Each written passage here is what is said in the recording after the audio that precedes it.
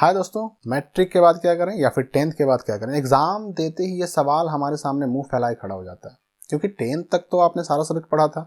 लेकिन अब बारी है 3 रास्तों में से एक रास्ता चुनने की, साइंस, आर्ट्स और कॉमर्स, तीनों में से कोई एक चुनने की। लेकिन अब इन तीनों में से आपके लिए कौन बेहतर है कौन नहीं, इसका फैसला करना बड़ा मुश्किल हो जाता है। तो चलिए आपके इस मुश्किल को आसान कर देते हैं।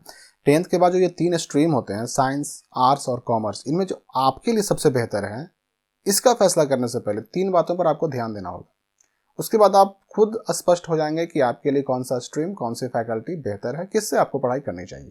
देखिए, सबसे पहली बात जिस पर आपको ध्यान देना है कि आपकी रुचि यानी आपका इंटरेस्ट क्या है। आपने 3 इडियट्स फिल्म तो देखी होगी। उस फिल्म के एक सीन में आमिर खान कहते हैं कि भैया काम वो करो जिसमें तुम्हारा इंटरेस्ट हो, फिर काम काम नहीं लगेगा, खेल लगेगा। और सेम यही चीज आपकी पढ़ाई पर भी लागू होती है। अब आप खुद सोचिए कि अगर आपको साइंस पढ़ने में, अगर आपको मैथ पढ़ने में दिल नहीं लगता, तो फिर आप 12th में साइंस लेकर क्या करेंगे। या फिर अगर आपको हिस्ट्री, ज्योग्राफी, पॉलिटिकल साइंस आदि पढ़ने में मन ही नहीं लगता, तो फिर आर्ट्स लेकर क्या कीजिएगा। तो भैया मतलब ये निकला कि सबसे पहले अपने इंटरेस्ट को पहचानिए कि आपको कौन सा विषय, कौन सा सब्जेक्ट पढ़ने में मजा आता है, दिल लगता है, और बस उसी सब्जेक्ट में अपने आगे की पढ़ाई कीजिए। और फिर देखिए पढ़ने में कितना मजा आएगा। 2 साल कैसे गुजर जाएंगे आपको पता भी नहीं चलेगा। या आमिर खान के शब्दों में कहिए तो आपको पढ़ाई नहीं लगेगी, खेल लगेगा। तो ये तो होगी पहली बात। दूसरी बात जिस पर आपको ध्यान देना है कि आपका लक्ष्य क्या है, व्हाट इज योर गोल। आपने अपना टारगेट कोई फिक्स किया कि नहीं किया।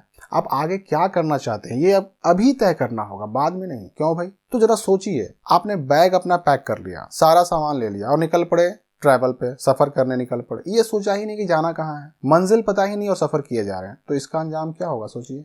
आपकी सारी मेहनत, सारा एफर्ट बेकार जाएगा। आप कभी अपनी मंजिल तक पहुंच ही नहीं पाएंगे, क्योंकि आपने मंजिल तो सोचा ही नहीं। आपका तो मंजिल आपको खुद नहीं पता, तो आप मंजिल तक पहुंचेंगे कैसे।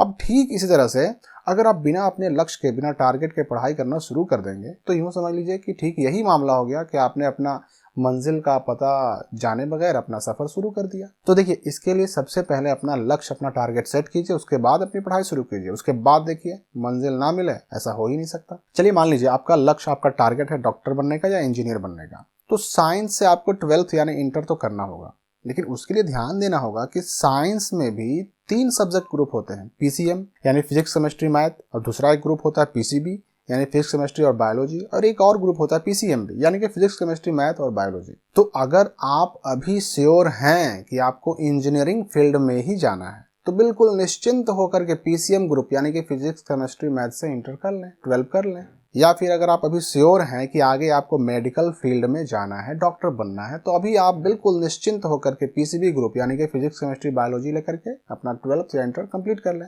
लेकिन मान लीजिए कि आप साइंस से इंटर करना तो चाहते हैं, पर अभी श्योर नहीं है कि आगे आपको मेडिकल फील्ड में जाना है या फिर इंजीनियरिंग फील्ड में जाना है।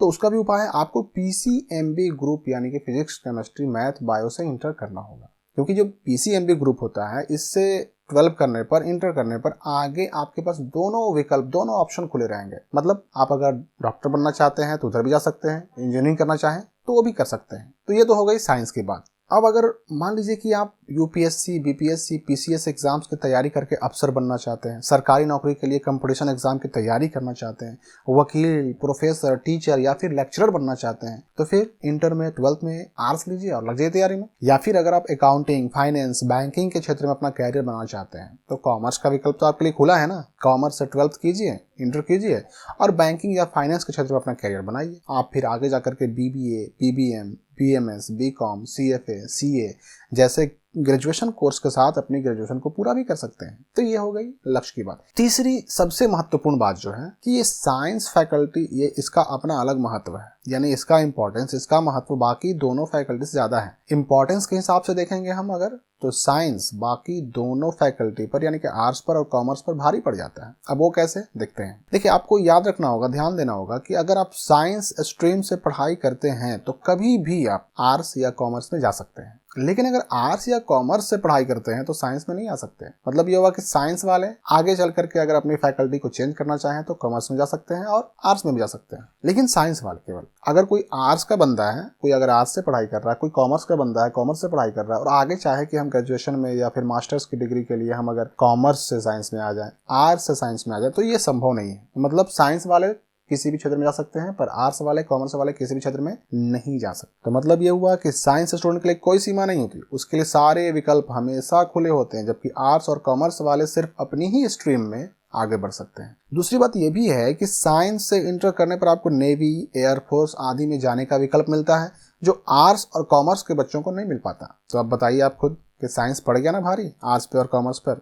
तो चलिए अब अपनी बातों को समेटते हैं और लेते हैं आपसे विदा। अगर आपके मन में कोई सवाल हो तो कमेंट बॉक्स में बिल्कुल पूछ सकते हैं। जाते जाते वीडियो को लाइक और चैनल को सब्सक्राइब करना ना भूलें। Bye, take care.